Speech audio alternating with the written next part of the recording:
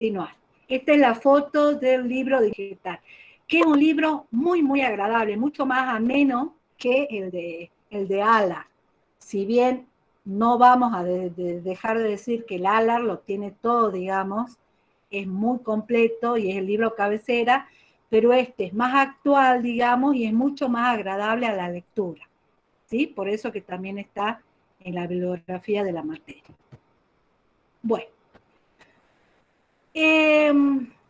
la mejora genética vegetal no es más que la evolución vegetal dirigida por el hombre.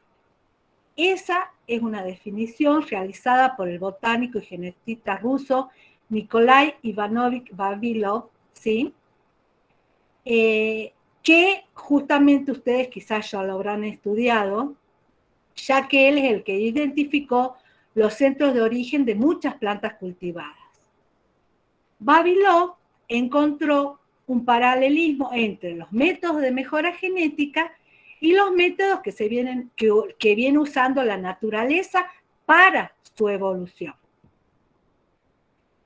En primer lugar, y esto tienen que recordarlo, hay tres premisas muy importantes cuando nos planteamos cualquier programa de mejora genética vegetal.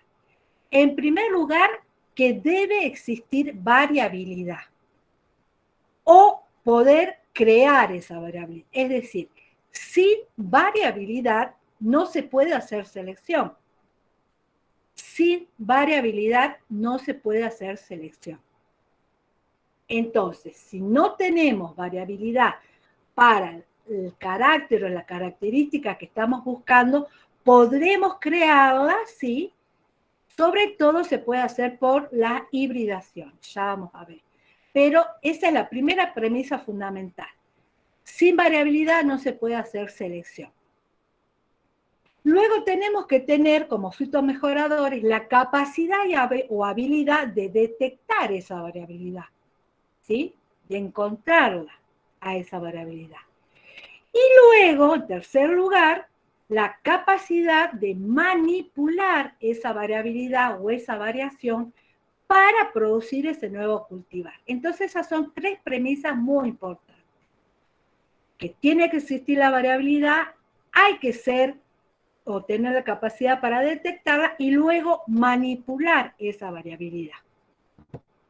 Bien, entonces, vamos a ver, como acabamos de decir, Vavilov, entonces él hizo el paralelismo entre la evolución vegetal y la mejora genética.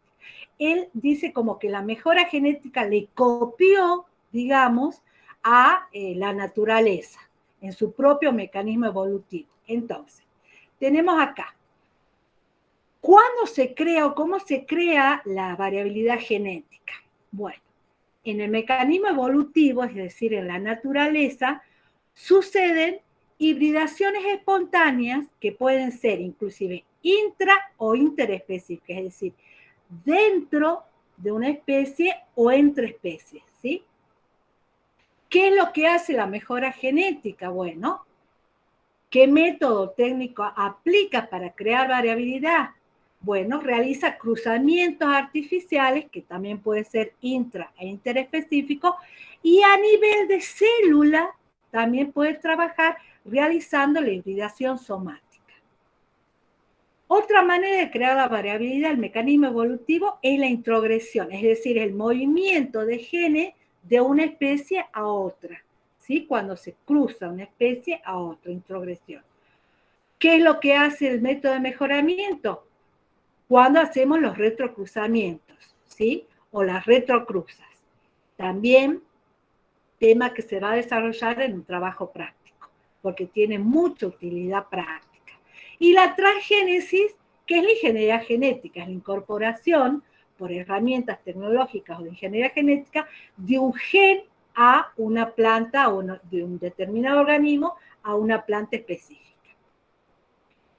La autoploidía, que es la ploidía de un mismo conjunto de cromosomas que se dan como un mecanismo evolutivo, en la mejora, ¿qué es lo que hacemos? Duplicamos cromosomas artificialmente, ¿sí? La aloploidía, que es la hibridación de más de dos especies, ¿Cuál sería su símil o el paralelo en mejora? Son los cruzamientos interespecíficos y la duplicación cromosómica. Lo mismo con la haploidía, ¿sí? La haploidía, que significa que tenemos en el núcleo un solo juego de cromosomas, o sea, un haploide. ¿Quiénes son haploides? Los granos de polen o las células sexuales, los granos de polen y los óvulos, ¿sí? Bueno, esa haploidía es, en mejora, es utilizar estos haploides, que pueden ser espontáneos o inducidos, como puede ser utilizar granos de polen y luego duplicarlos, ¿sí? Y obtener una línea pura en una sola generación, podríamos decir. Bueno, en la naturaleza, como mecanismo parte de evolutivo, tenemos cambios numéricos desequilibrados. Bueno, nosotros podemos utilizar como método una serie o series aneuploides, adición, sustitución cromosómica. Cambios estructurales también como mecanismo evolutivo, utilización de esos cambios estructurales, ¿sí? Como verán ustedes, todo esto que estamos hablando se da por sabido, ya que ustedes tienen que haber cursado y, entre comillas, no son muchos, pero haber rendido genética. Si no, deberían repasar para comprender más en profundidad de lo que estamos hablando. Bueno, otro mecanismo que se da en la naturaleza espontáneamente son mutaciones naturales. Nosotros podemos hacer una mutación artificial como un método o técnica de mejora. Eso era para crear la variabilidad. Ahora, yo quiero conservar la variabilidad. En la naturaleza, esta variabilidad se mantiene justamente en las poblaciones naturales por el mantenimiento de la heterocigosis, es decir, en especies, sobre todo alógamas o especies que tienen polinización cruzada o libre polinización, favorece o mantiene mucho más la heterocigosis que una especie autógama. Pero, bueno, ya vamos a ver que lo que es la evolución, se cree que las especies autógamas en sí fueron una especialización, digamos, o partieron de una especie alógama, ¿sí? Pero bueno, conservamos la variabilidad significa tener alta heterocigosis. ¿Y qué es lo que nosotros hacemos? ¿Cómo aprovechamos esto en un método de mejora? Es por medio de la heterosis. Es decir, ya vamos a ver, aprovechamos esa alta heterocigosis en la obtención de híbridos, fundamentalmente en especies alógamas. El desplazamiento de la variabilidad, es decir, cómo se mueve o cómo puede desplazar, hablamos de un lugar, de una población a otra, ¿sí? En el mecanismo evolutivo es la migración, es ese flujo genético que se da cuando, por ejemplo, se acercan o hay una introducción de una población en otra y comienzan a hacerse la reproducción entre ellas, ¿sí? Entre poblaciones distintas. Ahí hay un flujo genético. Nosotros, como método de mejora, podemos lograr este desplazamiento de la variabilidad haciendo introducciones o haciendo importación de genes. En el mecanismo evolutivo, ¿quién actúa sobre esa variabilidad? La selección natural. Mientras que en mejora genética está actuando el hombre por medio de una selección artificial. El agente director del proceso, o sea, quien dirige el proceso, en el mecanismo evolutivo es la propia naturaleza, mientras que el mejoramiento es el fitotecnista o el fitomejorador, el que dirige este proceso. En sí, la finalidad del proceso es, en el mecanismo evolutivo, es producir mayor adaptación. La población, mediante un mecanismo evolutivo, produce una mayor adaptación, es decir, que esa población sea capaz de dejar mayor descendencia y que el más apto evolutivamente, ¿sí? Es el más apto evolutivamente. Mientras que el proceso final o la finalidad de este proceso el mejoramiento es producir esas mejores variedades o las variedades mejoradas. Esas variedades, esos genotipos superiores que estamos hablando. Bien. La domesticación, entonces, es la transformación de una especie silvestre en cultivada por la acción deliberada del hombre. ¿Qué efectos, cuáles son los efectos genéticos de la domesticación que se dan a través de la evolución? ¿Cómo se fueron modificando las plantas por la acción del hombre desde la no selección, o desde la selección, mejor dicho, no científica, ¿sí?, hasta la selección actual? ¿Y cuáles fueron las consecuencias? La domesticación, dijimos, la transformación que hizo el hombre, adaptó esa especie silvestre, que tenemos el ejemplo modelo de domesticación, como a partir del teosinte, ¿sí?, que es el pariente silvestre del maíz, todos los cambios producto de la modificación. No solo a nivel de la estructura de la planta, ustedes pueden ver lo que es la estructura de la planta del teosinte, hasta lo que es la planta de maíz, ¿sí? La arquitectura del maíz, la inflorescencia del maíz, ¿sí? Cómo llegamos, cómo por medio de la domesticación, llegamos de este pariente silvestre a lo que es el maíz moderno, ¿sí?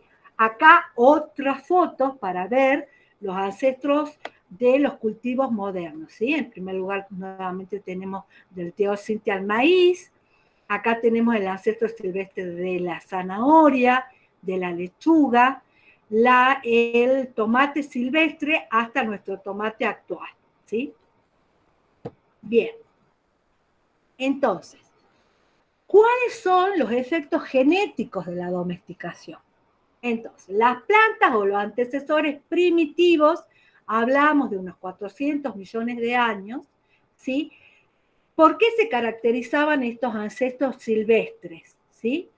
Tenían una máxima heterogeneidad, una máxima variabilidad genética, una máxima aptitud o valor adaptativo, ¿sí?, a ese ambiente, a un ambiente, la máxima adaptabilidad, y tenían muy poca o mínima vulnerabilidad, pero también tenían un mínimo valor agrícola, ¿sí? 1.000.000 de años, ¿sí?, con la aparición del hombre, estamos hablando de la época de los antropoides, ¿sí?, y luego el comensalismo, es decir, cuando el hombre comienza a usar las plantas por su propio, bueno, para su subsistencia, que es lo que hacía la recolección de las mejores plantas o de las que más le interesaban. Esa fue la etapa del comensalismo hasta que llegamos a la domesticación. Estamos hablando de unos 40.000 años, ¿sí? Entonces se hacía la elección de determinados tipos de plantas, ¿sí?, si bien era un cultivo rudimentario.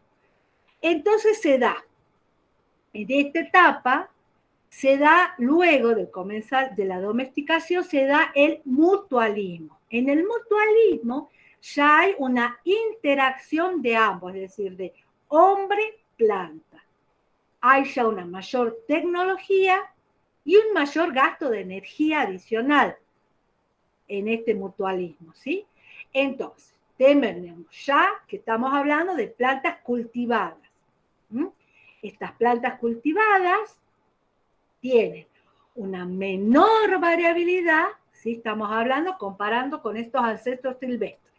Tienen una menor variabilidad, menor adaptabilidad, menor aptitud o valor adaptativo, son algo más vulnerables, tienen una menor heterogeneidad, es decir, se van haciendo más uniformes y van teniendo un mayor valor agrícola, ¿sí? Luego hemos hablado con la aparición de las leyes de Mendel, en el año 1900, cuando ya se comienza a aplicar como un método, ¿sí?, el mejoramiento genético vegetal, llegamos a una variedad agrícola actual o al cultivar agrícola. ¿Qué características tiene? Una variedad agrícola es muy especializada, es decir, que es para una determinada área y para una determinada agrotecnia, ¿sí? Para un manejo determinado. Tiene muy poca o escasa variabilidad, ¿sí? Es decir, que es muy parecido, tiene un genotipo prácticamente muy único o muy uniforme, ¿sí? Esto le da una máxima uniformidad, que es lo que hablábamos del concepto de homogeneidad. Pero, ¿qué conlleva todo esto? Que va a tener una mínima adaptabilidad, pero en cuanto a mínima adaptabilidad, no lo tenemos como tomar como que sea un rasgo negativo. La mínima adaptabilidad significa que estos ancestros silvestres, vuestras plantas cultivadas que tenían una planta que tiene mayor adaptabilidad, significa que se puede distribuir, ¿sí? Y que se puede adaptar a una región amplia, ¿sí? A una superficie amplia en cuanto a ambiente. Y tener una mínima adaptabilidad es decir que ya esta variedad agrícola tiene una adaptación a un determinado lugar, a una determinada región. Esa es una mínima adaptabilidad, significa que tiene una adaptación más específica a un determinado ambiente específico. Tiene una aptitud nula, es decir, sin capacidad de supervivencia. Si es que no se le da todas las condiciones o los requerimientos que necesita para los cuales fue obtenida esta variedad, tiene muy poca capacidad de supervivencia, ¿sí? Es decir, frente al ancestro que era altamente rústico, con máxima adaptabilidad, menor vulnerabilidad, acá tenemos que la aptitud es bastante baja, puede ser hasta nula. Máxima vulnerabilidad, ya vamos a ver lo que es qué significa que una variedad sea vulnerable, pero tiene el mayor valor agrícola y económico que fue nuestro objetivo de conseguir en esa variedad agrícola, ¿sí? Entonces, todo esto, digamos, el desarrollo, todos los efectos genéticos de la domesticación, desde sus ancestros silvestres hasta llegar a una variedad agrícola o cultivar. Entonces dijimos que uno de los rasgos sobresalientes de la variedad agrícola actual es la máxima vulnerabilidad. ¿Y qué significa que sea vulnerable? La vulnerabilidad se define como la posibilidad de pérdida de cosecha. ¿Por qué? Por falta de flexibilidad suficiente para sortear con éxito cambios ambientales que se den, que pueden ser bióticos o abióticos, ¿sí? Es decir, debido a la gran homogeneidad que tiene una variedad agrícola al ser un único genotipo o un conjunto de genotipos, ¿sí? Eso hace que sea tan uniforme, entonces a un cambio que se produzca en el ambiente en donde esté, es decir, por ejemplo, la aparición de una nueva enfermedad, la aparición de un estrés, que se dé una sequía, que se dé una helada, es decir, la hace muy vulnerable. No tiene esa capacidad o esa flexibilidad para sortear con éxito ese cambio. O sea que la vulnerabilidad es la pérdida de capacidad de ajuste de esas plantas cultivadas. Para dar un ejemplo, una especie silvestre tiene, debido a que es altamente heterogéneo, ¿sí? La heterogeneidad dada por su genotipo propio también, le daba la mayor adaptabilidad, es decir, que se distribuyó, se adaptaba, tenía una capacidad de ajuste muy alto a muchos ambientes. mientras que una variedad agrícola es altamente vulnerable, es decir, es muy buena y da los mejores rendimientos para el lugar al que ha sido obtenida y con las exigencias que tiene, es decir, en cuanto a riego, en cuanto a fertilizante, al manejo que se le da, va a tener una respuesta muy alta. Pero cuando se produzca cualquier cambio o alteración en ese ambiente, hay pérdida de cosecha, es decir, podemos perder esa variedad.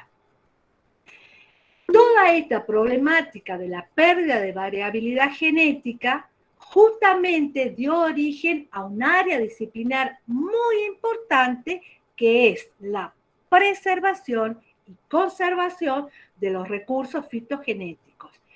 Tema de esta tarde que van a desarrollar en el primer trabajo práctico con la ingeniera Paredes y la ingeniera Luciana Moya. Es decir, todo esto que ya van a ver ustedes que es tan importante, que es la conservación de los recursos fitogenéticos.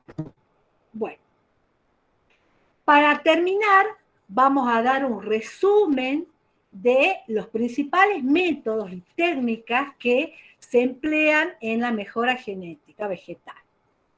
Tenemos que, en primer lugar, hablamos de la mejora clásica o de los métodos clásicos de mejora, ¿sí? Son justamente todos aquellos métodos que se basan en la selección. Es cuando hacemos selección. Entonces, están basados en la genética mendeliana y también en un enfoque biométrico de la genética cuantitativa, ya que vamos a ver que la mayoría de los caracteres de interés agronómico están regidos o gobernados por una herencia cuantitativa. Estos métodos clásicos hacen uso de la hibridación sexual, es decir, de los cruzamientos, generando recombinación, y en esa segregación generamos la variabilidad necesaria para poder hacer selección. Pero esta mejora clásica o estos métodos clásicos son complementados y muy bien potenciados por técnicas citogenéticas y biotecnológicas que vamos a ver específicamente. Ahora, ¿qué dificultades tienen estos métodos de mejora? Bueno, principalmente cuando trabajamos con características que responden a una variación cuantitativa, ¿sí? Complica, o sea, hace un proceso demasiado largo, como acaba de hablar la ingeniera, mencionar la ingeniera Paredes. Nosotros podemos tener una variedad en especies autógamas, podríamos decir quizás un poco menos, 7, 8 años, 10, 12 años, y en especies alógamas, bastante más, ¿sí? 12, 15 años en algunos momentos, ¿sí? En algunas variedades y en algunos métodos. Y a veces también un impedimento que tienen estos métodos es poder conseguir con éxito las hibridaciones entre especies afines. Si bien vamos a ver que todo esto se puede subsanar por medio de herramientas biotecnológicas. Pero entonces, la mayoría de los métodos que vamos a desarrollar en nuestra materia corresponden a la mejora clásica o los métodos clásicos. Y todo lo que es las herramientas biotecnológicas son justamente herramientas que aportan o que complementan o potencian en algún punto dentro o en algún paso dentro de esta mejora clásica. Tenemos también técnicas citogenéticas, es decir, que vamos a hablar de la ingeniería cromosómica, es cuando manejamos cromosomas. Es decir, estas técnicas citogenéticas, estamos hablando de que hacemos inducción en cambios de genes, de cromosomas, ¿sí? Las mutaciones que se pueden producir mediante radiaciones, agentes químicos. También, por técnicas citogenéticas, podemos hacer transferencias de genes o cromosomas, ¿sí? Y se ha tenido buenos logros en autopoliploides y en alopoliploides, ¿sí? pero no ha sido tan exitoso con líneas y formas de sustitución y adición, ¿sí? Estamos hablando todo lo que es poliploidía, como ustedes pueden ver aquí. ¿Qué dificultades tienen las técnicas citogenéticas? En primer lugar, que requiere poblaciones muy numerosas, ¿sí? Hay que trabajar con muchos individuos de las poblaciones. ¿Por qué? Porque da la baja frecuencia de estos cambios, la baja fertilidad que se tiene, ¿sí? Una vez que producimos estos cambios, hay que ver que sean fértiles esas plantas, ¿no es cierto?, así obtenidas. Hay que hacer todo un seguimiento de los cromosomas mediante marcadores moleculares. Y también es importante que el individuo tolere esas aneuploidías provocadas, ¿sí? Esas serían dificultades en estas técnicas. Otras técnicas, que son técnicas auxiliares de la mejora clásica o de los métodos clásicos, podemos decir las técnicas de cultivo in vitro. Podemos cultivar in vitro órganos, tejidos, células, ¿sí? Un ejemplo importante es en el arroz, que a partir del cultivo de anteras o de granos de polen se obtienen líneas haploides que luego, al duplicarlas, obtenemos en una sola generación una línea pura, que quizás en una metodología convencional puede llegar a llevar 8 a 10 años, ¿sí? O sea que son herramientas potentes, pero no dejan de ser técnicas auxiliares dentro de un método de mejora convencional. ¿Qué inconvenientes tiene? Que, bueno, es difícil lograr o regenerar una planta completa. Además, no está probado, no hay grandes logros, si bien cada vez son más los cultivos o las especies en las que se consiguen buenos resultados, no en todo se puede lograr o utilizar. Bien. Y luego tenemos las técnicas de genética molecular, que justamente es la ingeniería genética, ¿sí? Son los procesos de transformación genética. ¿Qué es lo que hacen estas técnicas? Bueno, hay que identificar el gen, aislarlo, multiplicar esas secuencias específicas de ADN, para después transferirlas a un medio genético distinto, es decir, del huésped hay que transferirlo a la planta de interés, ese gen de interés, a la nueva variedad, de manera que ese gen no solo se integre al genoma del huésped, sino que se replique, se transcriba y se exprese fenotípicamente, ¿sí? Entonces, las técnicas de genética molecular conducen a la obtención de cultivares transgénicos, o lo que se conoce como organismos genéticamente modificados. Bueno, ¿qué dificultades tiene? Que es bastante difícil manejar o conseguir transformación para plantas con los caracteres cuantitativos. No es imposible, pero es bastante complicado. Y existen muchos genes de localización y función individual poco conocidas. Pero digamos que cada vez más son mayores los avances que se tienen con estas técnicas. Pero no dejan de ser, ustedes tienen que tener presente que todas estas técnicas, tanto como la citogenética, tienen que estar comprendidas dentro de un programa marco, ¿sí?, de mejora convencional, porque después, llegado el momento, aplicada esta herramienta, tiene que seguir los mismos pasos de ensayos a campo, de evaluaciones a campo, etcétera, de este nuevo cultivar obtenido. Bueno, finalizamos entonces dando una planificación muy general, ¿sí?, de un programa de mejora. ¿Qué puntos hay que tener en cuenta? En primer lugar, hay que hacer la formulación del objetivo de mejora. Es muy importante, tiene que quedar muy bien explicitado y enmarcado cuál es el objetivo de mejora. ¿A qué tipo de variedad quiero llegar? ¿Qué tipo de variedad quiero obtener? ¿Y qué carácter o caracteres tengo que mejorar para llegar a ese tipo de variedad? Tengo que conocer y manejar las características agronómicas del cultivo y cuáles son, obviamente, los requerimientos del mercado, ¿sí? Ya que hay que ver qué demanda va a tener esa nueva variedad. Es decir, tengo que hacer todo un estudio también de mercado para esta nueva variedad.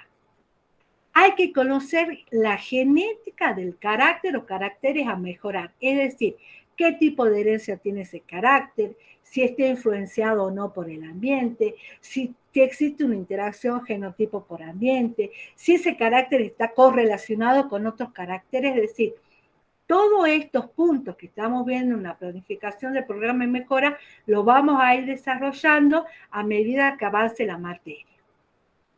Volvemos a decir también que es muy importante conocer la biología reproductiva y floral de la especie, ¿sí? Con la que vamos a trabajar. Hay que disponer de buena o suficiente variabilidad genética. Si no la tenemos, debemos crearla para que después tengamos mayor éxito en la selección que realicemos, ¿sí? Que esta selección sea efectiva. Cuanto mayor variabilidad, mayor posibilidad de selección, de buenos logros por selección vamos a tener.